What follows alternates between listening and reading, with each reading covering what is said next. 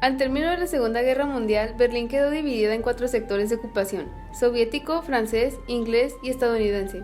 Posteriormente, en 1949, el área oriental que estaba en poder de los soviéticos quedó bajo la jurisdicción de la llamada República Democrática de Alemania, RDA, y las otras 3 formaron una sola área gobernada por la República Federal Alemana, RFA.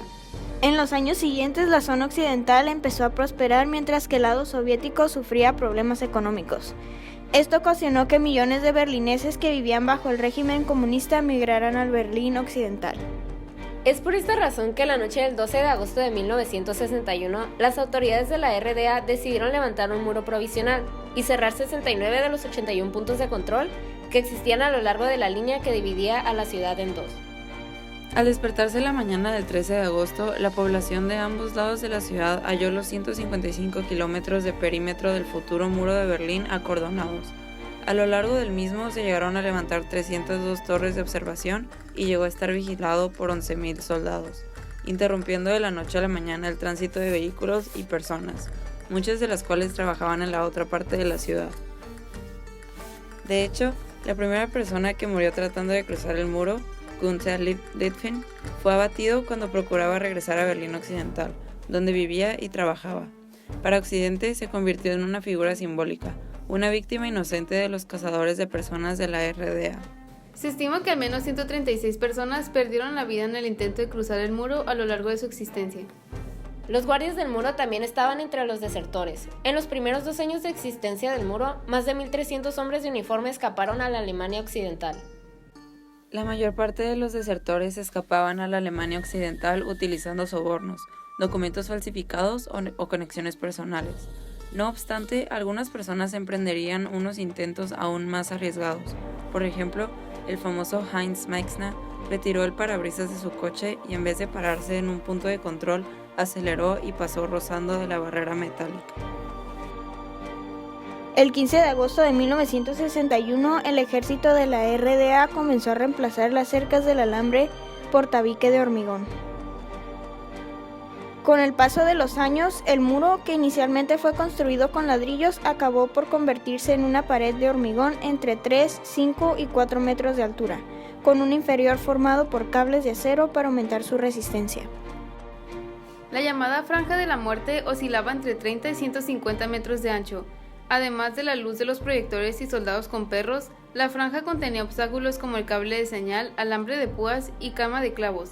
Además, había una zanja y trampas antitanques. A pesar de la Guerra Fría, la actitud del presidente estadounidense John F. Kennedy respecto del muro no fue especialmente agresiva. De hecho, Kennedy estaba aliviado porque el muro significaba que la Unión Soviética no tenía planes de conquistar el Berlín Occidental. There are some who say that communism is the wave of the future. Let them come to Berlin. While the wall is the most obvious and vivid demonstration of the failures of the communist system, for all the world to see, we take no satisfaction in it, for it is, as your mayor has said, an offense not only against history, but an offense against humanity, separating families, dividing husbands and wives and brothers and sisters, and dividing a people who wish to be joined together. 18 de septiembre de 1973, la Organización de las Naciones Unidas reconoció a los estados alemanes, la República Democrática de Alemania y la República Federal de Alemania. 4 de noviembre de 1989. Miles de personas en Berlín del lado oeste exigieron reformas políticas. 8 de noviembre de 1989.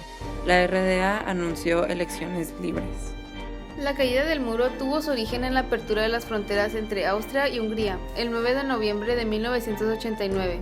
El primero de esos países pertenecía al bloque occidental, mientras que Hungría era parte del bloque conocido como la Cortina de Hierro, países cuyos regímenes estaban bajo la influencia soviética. Ante esta apertura, cada vez más alemanes orientales viajaban a Hungría para a través de esa ruta pedir asilo en las distintas embajadas de la República Federal Alemana. Esto molestó al gobierno de la Alemania Oriental y empezó a poner restricciones. Entonces, miles de alemanes empezaron a manifestarse en varias ciudades de la RDA exigiendo la libre circulación en la frontera. Sin embargo, el hecho desencadenante fue la confusión de un portavoz del gobierno en una conferencia de prensa en la que, con el afán de calmar los ánimos de la población, daba a conocer la nueva norma que permitía salir del país sin requisitos previos. El miembro del Politburó de la RDA, Günther Schabowski, explicaba los pormenores de la disposición gubernamental cuando el periodista Ricardo Ehrmann de la agencia de noticias ANSA le preguntó cuándo entraba en vigor la medida. Schabowski, quizá un poco nervioso, buscó entre sus papeles y al no encontrar nada escrito respondió, de inmediato. Also Privatreisen nach dem Ausland können ohne Vorliegen von Voraussetzungen, Reiseanlässe und Verwandtschaftsverhältnisse beantragt werden. Das tritt nach meiner Kenntnis ist das sofort. Esa misma noche, miles de personas se agolparon en los puntos de control para cruzar a Berlín Occidental. Una confundida guardia fronteriza que no tenía órdenes precisas de cómo actuar, dejó pasar a los primeros berlineses del este, quienes fueron recibidos al otro lado entre abrazos y gestos efusivos de bienvenida, por una multitud de alemanes occidentales que habían llegado al lugar enterados de la noticia. La euforia se prolongó durante los días siguientes.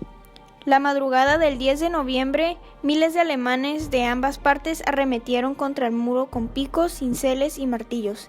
Encaramados sobre la valla de concreto o apostados en sus bases empezaron a abrir las grietas de su caída física definitiva. Las imágenes de la caída del muro de Berlín dieron la vuelta al mundo y alentaron revoluciones en países del eje socialista en Europa, que luego se desvincularon de la influencia soviética.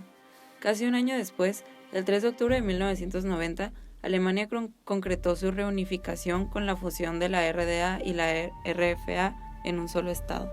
Para el 25 aniversario de la caída del muro de Berlín, dos artistas alemanes, los hermanos Bauder, han recreado el muro con 8.000 globos iluminados a lo largo de 15 kilómetros. El 9 de noviembre de 2014, estos globos se soltaron simultáneamente como símbolo de la unificación de Berlín. El muro de Berlín, a pesar de que su caída concluyó en 1991, sigue siendo muy importante en la actualidad. Esto porque nos sirve como una experiencia de aprendizaje, nos enseña cuáles son las consecuencias de la guerra.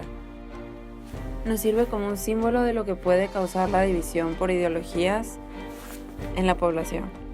Pero también funciona como un recordatorio de lo que puede hacer el espíritu humano. Los ejemplos de las personas que intentaban cruzar nos sirven para darnos esperanza cuando vemos todo lo que está pasando en nuestro mundo que está tan lleno de fronteras. Siempre hay personas que intentan cruzar los muros y siempre hay personas que ven más allá de las divisiones.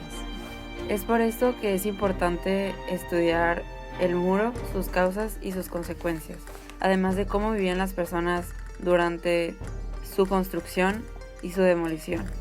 Esto nos ayuda a aprender sobre la historia y a no repetir los mismos errores que nuestros antepasados repitieron, sino que movernos hacia un mundo más unido.